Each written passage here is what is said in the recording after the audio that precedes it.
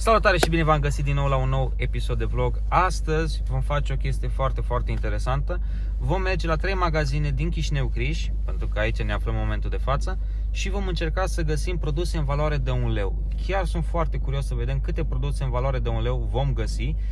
Când eram eu mai mic, găseam foarte multe produse la 1 leu, chiar foarte multe, și cu 10 lei îți puteai cumpăra foarte multe chestii. Ei bine, astăzi chiar nu știu câte produse puteai găsi la 1 leu, dar astăzi vom descoperi împreună și bineînțeles că după le vom și testa, să vedem dacă sunt bune sau nu. Ei bine, dragilor, înainte de a începe să filmăm, vreau să vă prezint o persoană foarte dragă mie, o persoană pe care o să o vedeți foarte des pe acest canal, și anume pe Denisa, prietena mea. Hei! Astăzi vom merge împreună să facem cumpărăturile, să testăm împreună produsele care le vom cumpăra și, bineînțeles, o să ne dăm cu părerea ambii despre produsele pe care le vom testa, dacă sunt bune, dacă merită să le cumpărați și voi și așa mai departe. Salutare, dragilor, am terminat cu cumpărăturile într-un final. O să începem cu primul magazin, unde am găsit, din păcate, doar un singur produs, adică Lidl. Aici avem și bonul, nu știu cât de bine se vede, sper să se vadă ok. A fost 1 leu, adică 99 de bani. Și avem aceste sărățele, covrigei, așa. Ia, îi desfaci tu? Ia. Covrigei. Na, cam așa ceva arată. A, da, au și sare și mac. Uai, ce ceai ești! Eu nu pot să mă jeni. Eu nu pot să mă jeni. Nu? Ești destul de tare oricum. Nu știu dacă e dintele meu sau ăsta.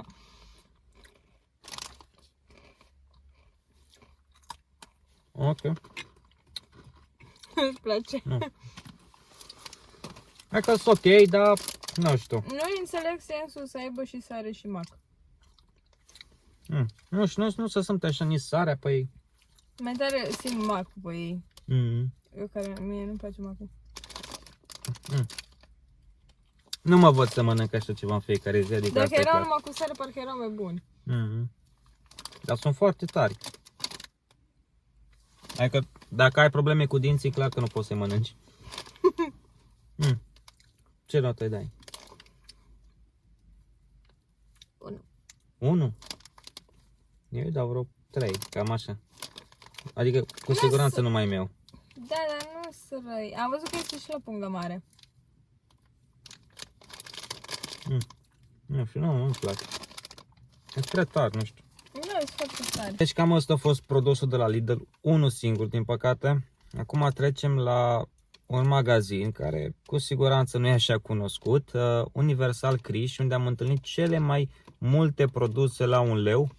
Aici avem bonul, sunt foarte multe produse la 1 leu, deci efectiv de aici ne-am umplut coșul. Atâta doar ca un produs e 1,50 lei. Da, din păcate un produs e 1,50 lei. M-am încurcat eu acolo la raft. Erau mai multe produse acolo, nu știai care, cum e prețul. Și ăla a fost un produs care a fost 1,50 lei. O să-l testăm și pe ăla să vedem, dar na, din păcate ăla a fost 1,50 lei. În rest, 99 de bani.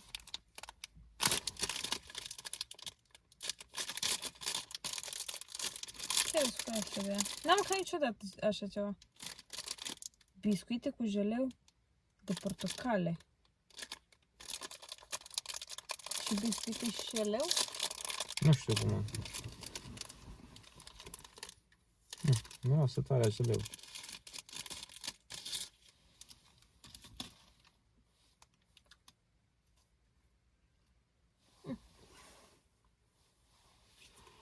Nu, am.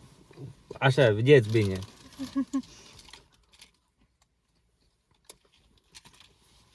Nu știu. Sper că ați văzut bine. Mușcat o leacă din el.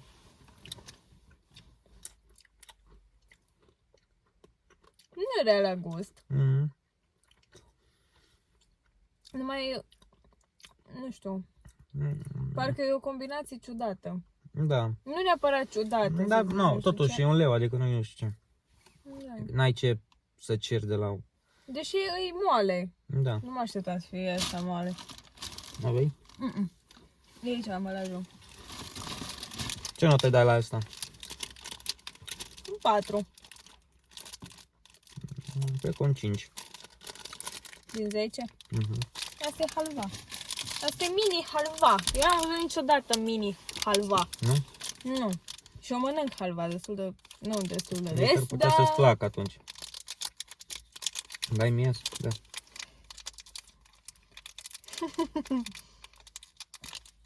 Mă legi pe mine?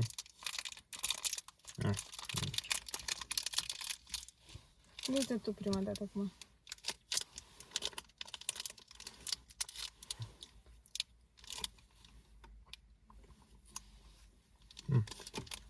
Eu după miros am luat-o. Și? Eu nu prea mănânc halva, așa că nu știu cum e. Adică, nu știu, mie mi se pare că are gust a halva, adică nu... În mijloc are cacao. E ok. Mi dau un 7, cam așa, asta, adică e ok. Putem să mâncăm asta, să ne scăpăm de ea. Da. Că mie nu-mi place chestia asta de fel. De nicio Parcă am culoare. luat 2 sau una, mă, nu. Nu, am luat două parcă. Am luat una parcă așa. Uite și pe a doua. Una roz. Rose. Oare să încercăm pe amândouă? Are roz.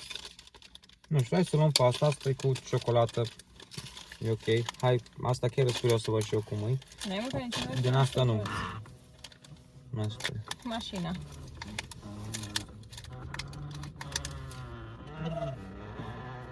Zici că-i posedat! S-a oprit... Ce s-a oprit? S-a oprit ceva. Hai gustă tu dacă n-ai gustat niciodată din asta. Tu ai mâncat din asta? Da. Poți să nu gust? Că nu-mi place.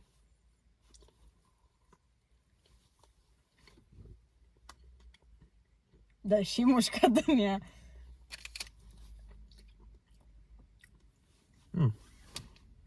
Mie nu-mi plac cu farinele astea de genul, dar nu știu de ce. E destul de dulce, da. În rest, eu aș putea mânca, adică nu e ceva ce să nu-mi placă. Numai că e dulce tare. Adică cel puțin așa simțit-o eu, nu știu. Din păcate s-a oprit filmarea, dar nu e o problemă. Am rupt Eugenia în două. Una ție, una mie.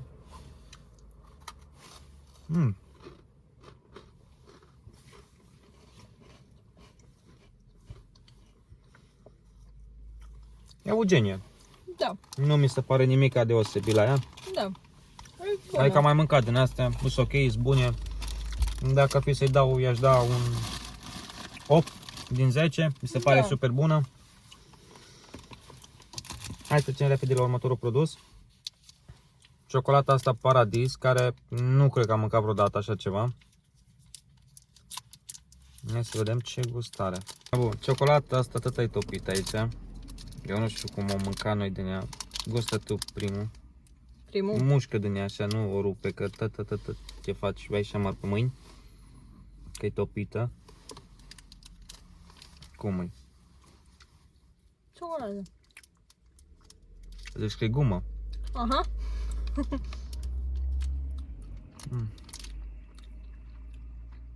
Efectiv zici că e gumă. Da. Nu mă place. Nu știu, îi dau vreo 3. Zici Cam că așa, expirată. 3 dau. Nu-i dau mai mult de 3. Asta iarăși la fel e o ciocolată care arată cel puțin interesant dacă ne arată bine. Hai să vedem. Și asta s-a topit. Bă, dar ce s-a topit așa asta? Ia, gustă. Ok.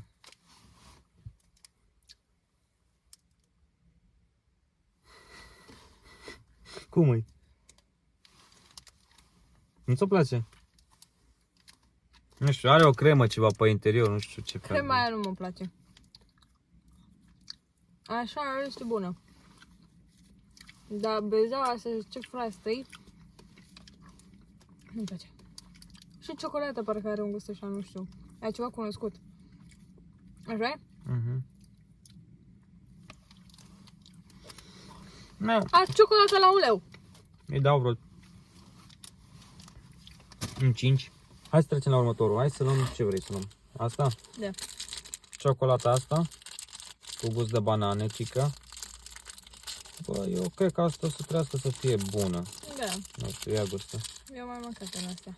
Păi și eu mai mâncat, de-aia zic că ar trebui să fie bună. Asta e bună, îmi place. Asta își mânca oricând. Da. Ok, dau vreo 9. Și tu la fel? Da. Cum încercăm pe Roxy. Vedem ce-i de capul lui Roxy. Cât de atât să topești. Nu știu, de la atâta dulce, cred că o să-mi fie rău. Așa-i? Cearcă tu că nu-mi place cum miroasă.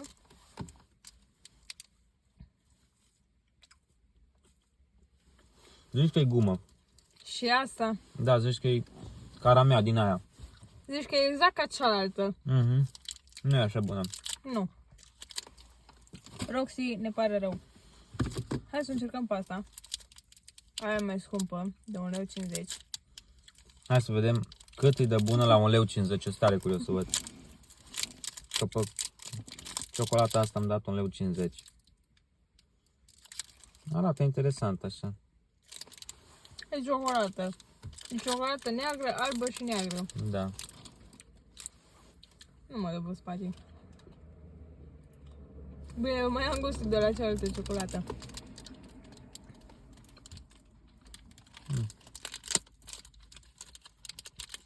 Asta nu mă place. Așa? Îi dau 2, că chiar nu mă place deloc. Aici am mai găsit la magazin semințe. Bine, erau mai multe sortimente de semințe cu 1 leu. Și am zis să luăm și noi. Nu cred că are rost să le desfacem acum. Semințe cu sare. Le-am luat doar așa să vă prezint. Dar da, nu o să le începem pe astea. Au fost mai multe sortimente de semințe. Tot așa la 1 leu. Deci, na. Am ales astea cu sare. Și din astea mai găsit un fel. Da. La 1 leu. Pe asta totuși am să le desfacem. Așa sunt sărățele, stixuri, da. Stixuri din alea. Cu sare. Hai să vedem. Asta știu că ar trebui să fie bune, că am mai mâncat din asta. Din astea făceai așa când erai mic, perfumai. Așa-și bune, astea le păstrez eu, mulțumesc. Da, Dar cu mere după dulci, zici că mănânci covric din ăla cu ciocolată. Așa? Nu e combinație tare faină. Cel puțin pentru mine. Altceva mai avem de aici de la? Pufuleți.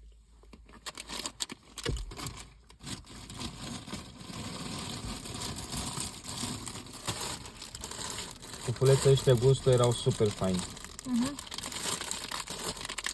Deci pufuleții ăștia, cel puțin când eram eu mai micuț, era punguță mai mare. Asta e o pungă de 45, aia nu știu câte grame avea, dar asta are 45 de grame.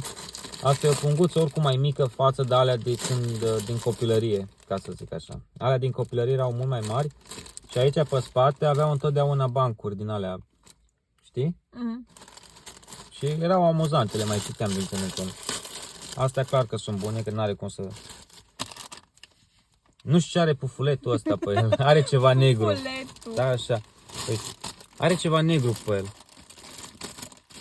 Nu știu ce e chestia asta neagră, nu știu dacă se va vedea pe cameră. Poate că se va vedea, habar n-am. Dar e ceva negru. Te-am la montaj. Te-ai beșit? Nu, așa pute și eu. Sigur nu te-ai beșit, hei! Ce pute! Așa mirosul lor, nu știu. Habar n-am, pufuletele astea că e stricat, nu o să-l mâncăm. Ce te păstrez, mulțumesc! E bun. Mă, dar parcă-s mai sărați acum.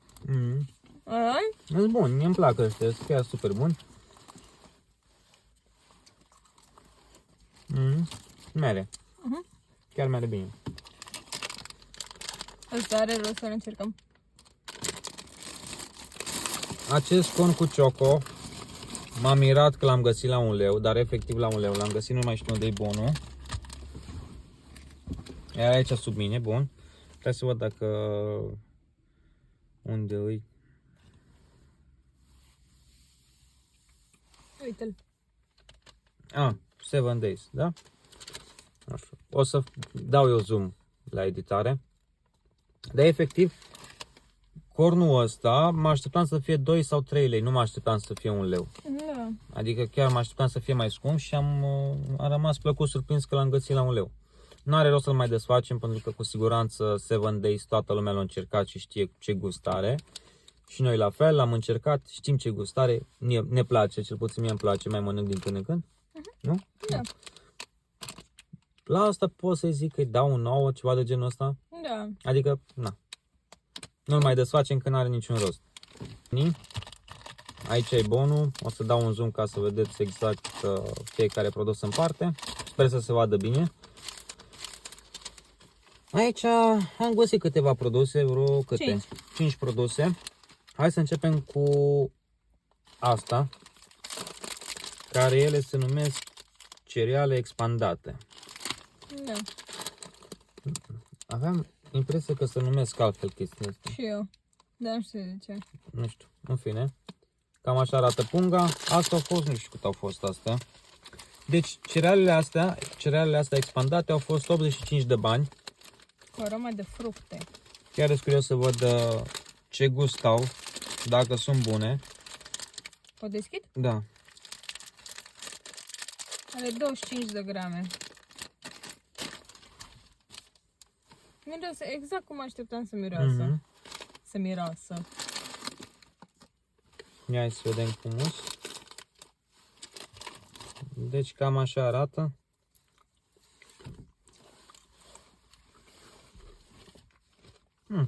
Nu-s bune. Nu-s chiar bune. Da. Merg bine. Nu știu, cred că îi dau vreo 7 la asta. Da, ceva de genul. Nu știu dacă să-i dau mai mult. Dar ca un 7 cu siguranță merită. Și tu tot 7 îi dai? Da. Ok. Eu de asta sunt curioasă. Ăsta e un baton, tot așa, stă să arăt. Din păcate, nu mai știu, dar cât era prețul acolo? Nu știu. Normal am luat pentru că aveam impresia că e 1 leu. Aici pe bon, dacă ne uităm, e 1 leu și 49 de bani. Deci cu 50 de bani mai scump. Nu o să-l testăm amul pe video, că n-are niciun sens, pentru că efectiv nu-i potrivit pentru ceea ce facem noi aici. L-am luat din greșeală, din păcate, sau nu chiar din greșeală. Eu, din câte mă aduc aminte, era 1 leu acolo pe raft și la casă văd că e mai scump, cu 50 de bani. Deci, din păcate, la asta o să renunțăm, o să testăm celelalte produse, doar că am vrut să vă arătăm și produsul ăsta, doar că e prea scump. Adică dacă era cu 20 de bani peste, nu era nicio problemă, dar fiind cu 50 de bani e deja destul de scump și renunțăm la el momentan. Ne pare rău, dragilor, că tot se schimbă cadrul, se mută dintr-o parte în alta camera, avem probleme cu spațiul de stocare. În fine, am ajuns la ultimele 3 produse de la Penny. Ciocolata asta care a fost vreo 1 leu și 9 bani. Avem aici bonul, o să vă arăt la editare. Adică ați văzut probabil deja la editare.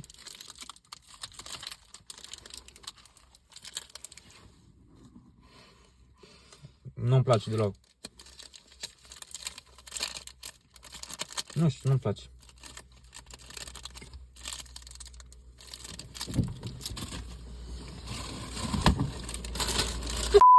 Nu știu, ciocolata aia, batonul ăla nu m-a plăcut deloc, a fost, nu știu, foarte uscat, foarte nașpa la gust oricum. Trecem acum la această napolitană, nu știu, habar n-am ce-i, care, dacă ne uităm rapid de pe bon, ce asta?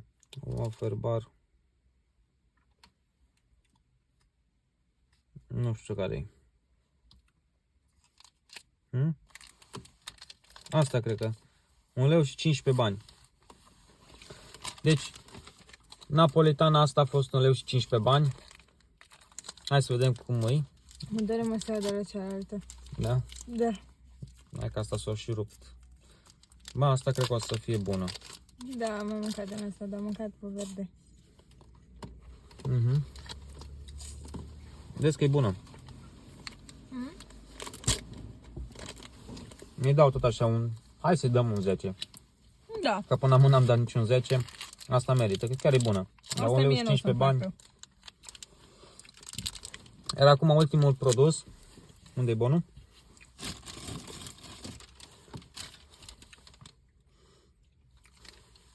Ultimul produs de la Penny, care costă 1 leu și 19 bani. Ciocolata asta Făgăraș. Nu știu. Nu cred că o să-mi placă din cauza că are stafide și eu de obicei nu prea mănânc așa stafide sau din astea, nu prea îmi plac. Dar hai să vedem cum e ciocolata.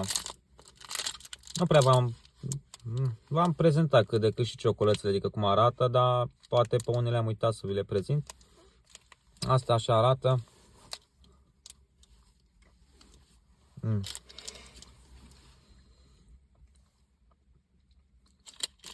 Mie nu-mi place făgărașul de niciun fel. Ok. Nu pot să zic neapărat că îmi displace. Nici nu mă dă pe spate. Dar oricum e mai bună decât batonul ăla.